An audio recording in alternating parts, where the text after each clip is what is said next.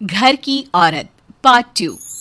मीना याद है ना आपको, जिसके ससुराल में ससुर और पति कैसे उसका और उसकी सास का अपमान किया करते थे। वैसे तो मीना को नौकरी की इजाजत मिल गई थी, लेकिन मीना ये क्या है? खाना अभी तक नहीं बना। कब से मैं यहाँ बैठा हूँ कि नाश्ता कर लूँ। बस 2 मिनट, वो ऑफिस की एक ईमेल करनी है। तभी ससुर जी आ जाते हैं। मैंने कहता था जिस दिन ये फीमेल ईमेल करने लगेगी घर नहीं चलने वाला। तभी सास हाथ में नाश्ते की प्लेट ले आती है। ये लो, सभी उपमा खाओ। गर्मा गर्म स्वादिष्ट उपमा देखकर, वाह माँ जी, 2 मिनट में ये कमाल, क्या बात है। वो आता है ना रेडी टू ईट वाला पैकेट, वही बनाया है। स्वाद बता बहू कैसा है। कल तक जो बीवी पति के नाम से ही कांपती थी, बहू के आ जाने के बाद कैसे उड़ रही है, ये देखकर ससुर जी को आ जाता है गुस्सा। हाँ हाँ, पैसे तो पेड़ पर उगते हैं ना, या तेरा बाप दे जा रहा है जो बैठे बैठे पैसे खर्च कर रही है। अरे जरा शरीर चला लिया कर, वरना पता है ना जब मेरा हाथ पड़ेगा तो कैसे काम करती है तू। बहू बेटे के सामने खुद का अपमान सास बर्दाश्त नहीं कर पाती और रोती हुई कमरे में चली जाती है। क्या पापा, क्या जरूरत थी माँ से ऐसे बात करने की? सुबह से कुछ नहीं खाया है, अब जब खाना आया तो रुला दिया आपने। चलिए देखते हैं माँ कहाँ गई।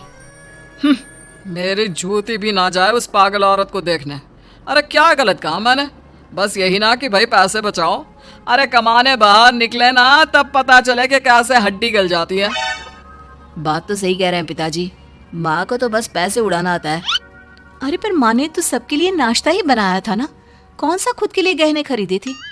खैर, बहू समझ जाती है कि सारा मामला कमाई का ही है, क्योंकि सास कुछ करती नहीं, कुछ कमाती नहीं, तो ससुर जी उन पर हावी रहते हैं।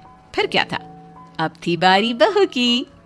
माँ जी, दरवाजा खोलिए, देखिए मैं उपमा लेकर आई हूँ, गर्मा गर्म खा लेते हैं। सास कमरा खोल देती है। सामने खड़ी होती है बहू, हाथ में उपमा की प्लेट लेकर। बहू सास की सूजी आंख देखकर समझ जाती है कि मामला गड़बड़ है। वो बात पलटते हुए कहती है, माँ जी वो आपकी काली साड़ी पर काला ब्लाउज है ना, वो प्लीज मुझे दीजिए। मुझे कल ना काली साड़ी पहनी, लेकिन कोई ब्लाउज ही नहीं है। सास बहू की बात में अपना गम भूल जाती है। हाँ हाँ बहू, क्यों नहीं, वो तो मैंने अपने हाथों से डिजाइन किया था। चल अभी निकाल कर देती हूँ तुझे। सास बहू को ब्लाउज निकाल कर दे देती है। फिर अगले रोज, माँ जी आज तो ऑफिस में कमाल ही हो गया। पता है क्या, सारी सहेलियों ने घेर लिया, पूछ रही थी ब्लाउज कहाँ से खरीदा। मैंने भी बोल दिया मेरी सास ने सिलाया, वो भी खुद डिजाइन करके। ये तो वही बात हो गई कि झोला छाप डॉक्टर की दवाई काम कर गई। अरे बहू, ये तो बस ऐसे ही बना दिया था। लेकिन माँ जी आपको पता है, ये देखिए 2 लोगों ने तो मुझे कपड़ा भी दे दिया और नाम भी, सेम टू सेम डिजाइन का ब्लाउज बना दो, और बदले में ये 2000 रुपए। हाथ में 2000 देखकर सास की तो आंखें फटी की फटी रह जाती है। अरे बहू, ये तो कमाल ही कर दिया। ये काम तो मैं कल तेरे ऑफिस जाने से पहले ही खत्म कर दूंगी। सच्ची माँ जी, कैसे इतनी जल्दी? अरे बहू, वो बस नाप है ना, उसी के आकार का काट काट कर डिजाइन ही तो देना है। ये तो मेरे बाएं हाथ का खेल है। अगले रोज बहू ऑफिस जाती है और फिर शाम को 2 ब्लाउज ले आती है। अरे बहू क्या बात है, लेकिन इसकी डिजाइन। बहू फोन में सास को डिजाइन दिखाती है। अरे ये तो बच्चों वाला डिजाइन है, रुक अभी थोड़ी देर में ही दे देती हूँ। सास बहू को कपड़े सिल कर देती और बहू सास को रुपए। फिर एक रोज, माँ जी ये लीजिए कपड़े, लेकिन इसकी सिलाई मैंने ज्यादा ली है। तो क्या है ना, हैवी काम है तो मेहनत ज्यादा लगेगी ना आपको। अरे रहने देती बहू, मैंने कौन सी बुटीक खोली है। बहू को सास की बात में दम लगता है और वो कुछ सोचती हुई निकल जाती है। वो कमरे में बैठी होती है कि उसके ससुर की जोर जोर से चिल्लाने की आवाज आती है। फिर फिजूल खर्ची।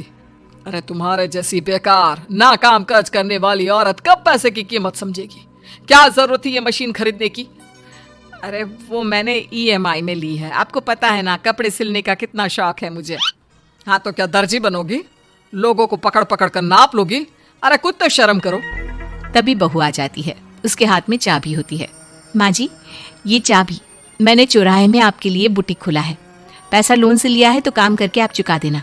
और हाँ माँ जी, कल उद्घाटन है तो 11 बजे दुकान में पहुंच जाना, पूजा में आपको ही बैठना है। ये सुनकर ससुर जी आग बुबला हो जाते हैं। कहीं नहीं जाएगी ये, इस घर की औरतें बाहर नहीं निकलती। तू तो इंजीनियर है इसलिए तुझे इजाजत दे दी, लेकिन ये तेरी सास 4 अक्षर नहीं आते इसको। अरे रहने दे, क्यों पैसा बर्बाद करवा रही है। सास को डांटने की आदत ससुर जी को जो लग चुकी थी। सास बहू की ओर देखती है। तो माँ जी कल वक्त से तैयार रहना।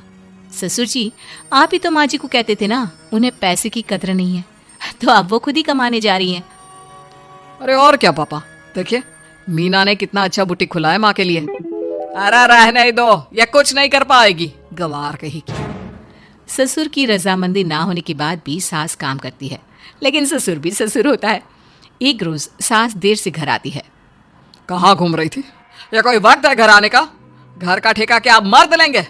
अब लगोगी रसोई में, क्योंकि तुम्हारी बहू रानी भी नहीं आई अभी तक। पापा आज बाहर से ही मंगवा लेते हैं। आज बहुत ज्यादा काम था, किसी की शादी का पूरा कपड़ा सिलना था। कल उन लोगों की ट्रेन थी, खुद बैठ कर काम करवा कर गए हैं।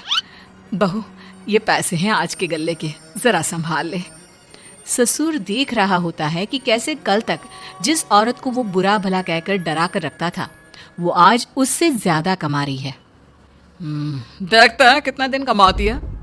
ससुर अब रोज कोई ना कोई ऐसा काम करता जिससे सास का काम बंद हो जाए। फिर एक दिन, हे भगवान 10 बज गया, बुटीक खोलने का वक्त हो गया है, लेकिन ये मेरी साड़ी, इस पर ये क्या गिर गया? पता नहीं किसने क्या डाल दिया, अब क्या करूं? सास दोबारा अलमारी से दूसरी साड़ी निकालती है, फिर उसे प्रेस करती है और किसी तरह बुटीक पहुंचती है जहां पहले से ही कस्टमर खड़े होते हैं। अरे क्या हो गया? लगता है काम चल गया तो मैडम के भाव बढ़ गए। पता है इस धूप में पिछले आधे घंटे से खड़े हैं, पता होता तो वो बगल वाली शॉप में ही दे देते। अरे माफ करिएगा, वो क्या हुआ ना, तैयार होकर निकल ही रही थी कि साड़ी में सॉस गिर गया। दोबारा साड़ी चेंज की तो आप आई। ठीक है, लेकिन अब आ गई है तो जरा जल्दी से कपड़े दे दो, हमें जाना है। सास को कस्टमर की बात बुरी लगती है, लेकिन क्या करती, वो जल्दी से सभी को सारा सामान देकर विदा करती है। सारा दिन काम करती है। वो निकल ही रही थी कि एक कस्टमर आती है। जी वो मेरी साड़ी है ना शादी की, उसका लहंगा बनवाना है। हाँ क्यों नहीं, बनवा लो। शादी की साड़ी के साथ इमोशंस जुड़े होते हैं। बिल्कुल सही बोला आपने, परसों मेरी शादी की सालगिरह है तो जरा बना देना। अरे नहीं, इतनी जल्दी कहाँ तैयार होता है शादी का लहंगा, कम से कम 4 दिन तो। देखिए आप 2 दिनों में जितना कमाती है ना वो मैं आपको 1 दिन में दे दूंगी। बस मेरी ये शादी की साड़ी का लहंगा बना दीजिए। सास को भी अब पैसे की लालच आ जाती है। वो सोचती है कि वैसे भी कोई अर्जेंट काम नहीं है तो वो मैनेज कर लेगी। अब ठीक है, नाप दे दीजिए। औरत नाप देकर वहां से चली जाती है। सास सोचती है कि घर जाकर रात में काम करेगी। ये सोचकर वो उस औरत की शादी की साड़ी घर ले आती है। वाह, अब काम घर पर भी ले आ रही हो। हाँ लेकिन घबराइए नहीं, घर के काम में कोई असर नहीं होगा। सास घर का काम करती है, बहू के साथ खाना बनाती है, खिलाती है और फिर क्या बात है सासू माँ, बड़ी जल्दी जल्दी काम कर रही हैं आज। सास बहू को सारी बात बताती है। क्यों माँ जी, इतनी भी क्या मेहनत करना? अरे बात सिर्फ पैसे की नहीं है, बल्कि उस बेचारी औरत की इमोशंस की भी थी। ये उसकी शादी की साड़ी है ना। ससुर पास खड़ा सब सुन रहा था। अब देखो, बहुत काम करने का शौक है ना, कैसे भरे बाजार तुम्हारी दुकान खुद तुम बंद करोगी। जब सास पूरी रात काम करके सुबह लेटती है, मौका देखकर ससुर कैंची से साड़ी को काट देता है।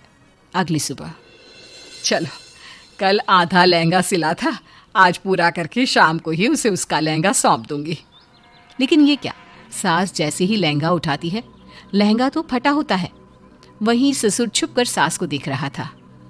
हाय रे, ये किसने किया? ससुर छुपकर हंस रहा था। बहू देख लेती है और ससुर के पास जाती है। पिताजी, आपसे ऐसी छोटी हरकत की उम्मीद नहीं थी। आप खुद ही दुकान बंद करेगी। ससुर वहां से चला जाता है। सास भी वहां आ जाती है। वो समझ जाती है कि उसके पति ने ही साड़ी पर कैंची चलाई है। लेकिन फिर शाम को, जी वो मेरा लहंगा तैयार हो गया। हाँ जी, मैं तो कहती हूँ कि आप एक बार लहंगा पहन कर भी देख ले। औरत लहंगा पहन कर आती है और खूब खुश हो जाती है। अरे ये लहंगा है ना अंकल जी कमाल का, आंटी जी ने बनाया है, बिल्कुल लेटेस्ट डिजाइन। औरत सास को ढेर सारे पैसे देकर चली जाती है। लेकिन मैंने तो ये औरतों का फैशन है, कहीं से सिल दो या कहीं से काट दो, फैशन ही होता है।